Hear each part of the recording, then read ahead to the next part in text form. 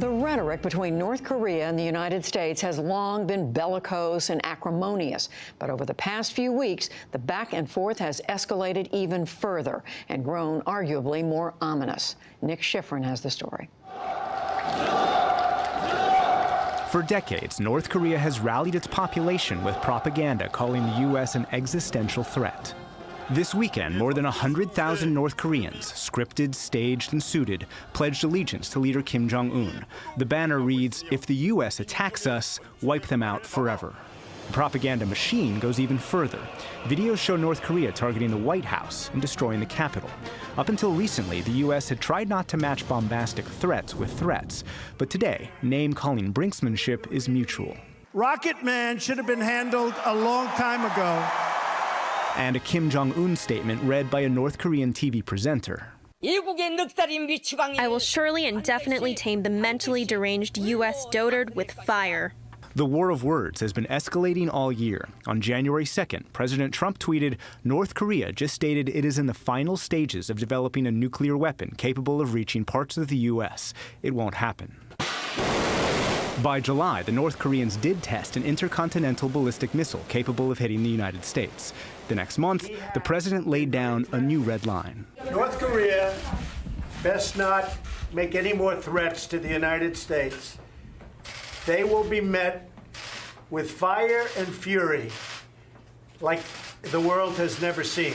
North Korea crossed that line some 24 hours later, threatening to envelop U.S. territory, Guam. Sound dialogue is not possible with such a guy, bereft of reason, who is going senile. The tit-for-tat continued at the United Nations General Assembly. Rocket Man is on a suicide mission for himself and for his regime. It's an absurd reality. A person like Trump, a mentally deranged person full of megalomania and complacency, holds the nuclear button. Over the weekend, President Trump tweeted that if North Korean officials repeated specific threats, they won't be around much longer. And the North Korean foreign minister responded, "Since the United States declared war on our country, we have every right to take countermeasures, including shooting down the United States strategic bombers. The question of who will be around much longer will be answered then." Today, President Trump repeated his threats and said Kim Jong-un started it. He's saying things that should never, ever be said, and we're replying to those things, but it's a reply. It's not an original statement, it's a reply. To talk about whether the president's rhetoric really is a reply and whether the war of words increases the chances of war, we get two views. Kathleen Stevens was a career diplomat and served as U.S. ambassador to South Korea and Undersecretary of State for Public Diplomacy and Public Affairs. She joins us from Stanford University, where she is a fellow. And Balbina Hwang was a special advisor to the Assistant Secretary of State for East Asia and Pacific Affairs and is now a visiting professor at Georgetown University. And thank you to you both. Ambassador Stevens, let me start with you. Do you believe that President Trump's might actually be reducing U.S. options, perhaps bringing us either closer to war or proving U.S. threats meaningless? Well, I am really baffled and very concerned about this engagement by, for the first time, I think, by an American president in this kind of tit-for-tat, rhetorical, I think you call it brinksmanship, with the North Korean leader. I think this is beneath us. I subscribe to Teddy Roosevelt's speak softly and carry a big stick if you're a great power like the United States. There's a lot of things about the Trump administration's policies towards North Korea, which I think have been very sound and being pursued by Secretary Mattis and Secretary Tillerson. And this war of words is undermining those efforts. It's going to make diplomacy more difficult. It's confused our allies. It's strengthened, I think, Kim Jong-un's assertion to his own people that he was right. In fact, this is what he said in reply to President Trump's UN statement about totally destroying North Korea. He was right to pursue nuclear weapons. He's not going to stop. So I think this is complicating the administration's own efforts, ironically, and even more immediately, making it very, very difficult to manage that situation on the Korean Peninsula, which has always been about managing escalation and preventing escalation and preventing misunderstanding. We've been close to war many times on the Korean Peninsula in the past years, and we've had to work very quietly, I think, to manage that. This kind of war of words between the two leaders makes it much more difficult. Professor Hwang, are the threats ineffective, or could they actually be effective? Well, I actually think, rather oddly, that in fact they are being effective. We have to remember it's not so much that I disagree with Ambassador Stevens, but I do think that President Obama, for example, for 8 years, did take the high road. And I think he was being very firm, and he did try negotiations, but essentially had a policy of being tough where he needed to be. But actually carrying the soft stick didn't work in the sense that it did not deter North Korea. It did not bring North Korea to the negotiating table. And so, of course, going down to sort of schoolyard level and this kind of matching rhetoric may not necessarily help. But on the other hand, it does set very clear what U.S. intentions are and what this president is not willing to tolerate. That's not the worst thing as far as North Korea is concerned. Well, what about that, Professor Stevens? I mean, perhaps these threats are effective deterrents. You know, I'm not for a soft stick. I'm for a hard stick, and I think that, and I do support the steps both that the previous administration have taken and that President Trump has taken to strengthen deterrence, to strengthen defense, to demonstrate a determination to defend our allies as well as our homeland.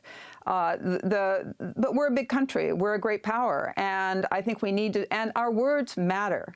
One thing that strikes me from my many years in Asia is that the words that an American president says, the words that any American official says, are pored over and analyzed, whether it's in Seoul or Tokyo or Pyongyang. And I've heard that there are units of bright young diplomats and analysts in both Pyongyang and Seoul whose sole task is to read everything that President Trump tweets and says, particularly with relation to the region, and try to figure out what it is he's saying. And it seems so completely at odds with things that are said sometimes by himself the day before or the day after, and certainly by Secretary Mattis, Secretary Tillerson, who have outlined a strategy of, as they put it, maximum pressure, maximum engagement. What President Trump is doing in this very ad hominem tit-for-tat with someone who is way beneath us is demeaning, I think, his own position, the position of the United States, and the efforts of his own diplomats and military leaders. So, Professor Hwang, are these threats undermining some of the other members of the administration? Well, there does seem to be some confusion about that. On the other hand, again, yes, president's words matter, but taken in the context of what this president says and does in terms of tweeting, I think, again, even our foreign audience does understand that every single statement that comes out of the president may not necessarily need to be taken so seriously. And, in fact, the confusion might also convince the North Korean leaders that they need to act with more caution. I think the more important point is what is behind the actions. What actions are we taking, and what actions are North Korea taking? And right now, there are no actual military actions that indicate that either is on the brink of waging war with the other. That's actually more important. And Ambassador, to that point, I mean, could these threats be effective where, frankly, a lot of the diplomacy in the past was not? I don't think the threats are effective, and I think as the discussion before we started this talk demonstrated, the problem with threats is, and certainly red lines, is if you draw red lines, and it's not just the Trump administration that's seen this, but others, and then the North Koreans cross it, what happens? It is a problem of credibility. It's a problem, and I think there's a big problem if the words of our president are not taken seriously. It really reduces our ability to influence and shape events. That said, I do agree with Balbina that my own assessment, and there may be some hopeful thinking in this, is that neither side wants a war. I'm worried about the inadvertent miscalculation that can happen in what is a highly militarized environment, one in which President Trump, for the first time, and even putting aside the kind of childish ad hominem attacks on each other, but where he has strayed, he has demonstrated no awareness of the kind of traditional kind of clarity of deterrence, how we deter each other, how we signal intentions. I don't think that uncertainty is a good thing. No one, perhaps the president himself, knows, is he really talking when he talks about a response the world has never seen before? Is he talking about a nuclear response or not? We don't know. Yes, I think that gives Pyongyang pause, but that doesn't give me any comfort, because I think it also, as I mentioned, says to Kim Jong-un, he says, well, I was right to try to develop my own nuclear deterrent. I think the challenge now is to find a way to go forward and deter each other. Quickly, Professor Hwang, I mean, giving Kim Jong-un pause, isn't that part of the point? That's exactly right. And in fact, uncertainty, while it does make us anxious, uncertainty is what drives North Korea's insecurity. And I think in this case, insecurity is what's going to push North Korea back to the negotiating table. If anything, it does. Professor Hwang, thank you very much. And Ambassador Stevens, thanks to you both.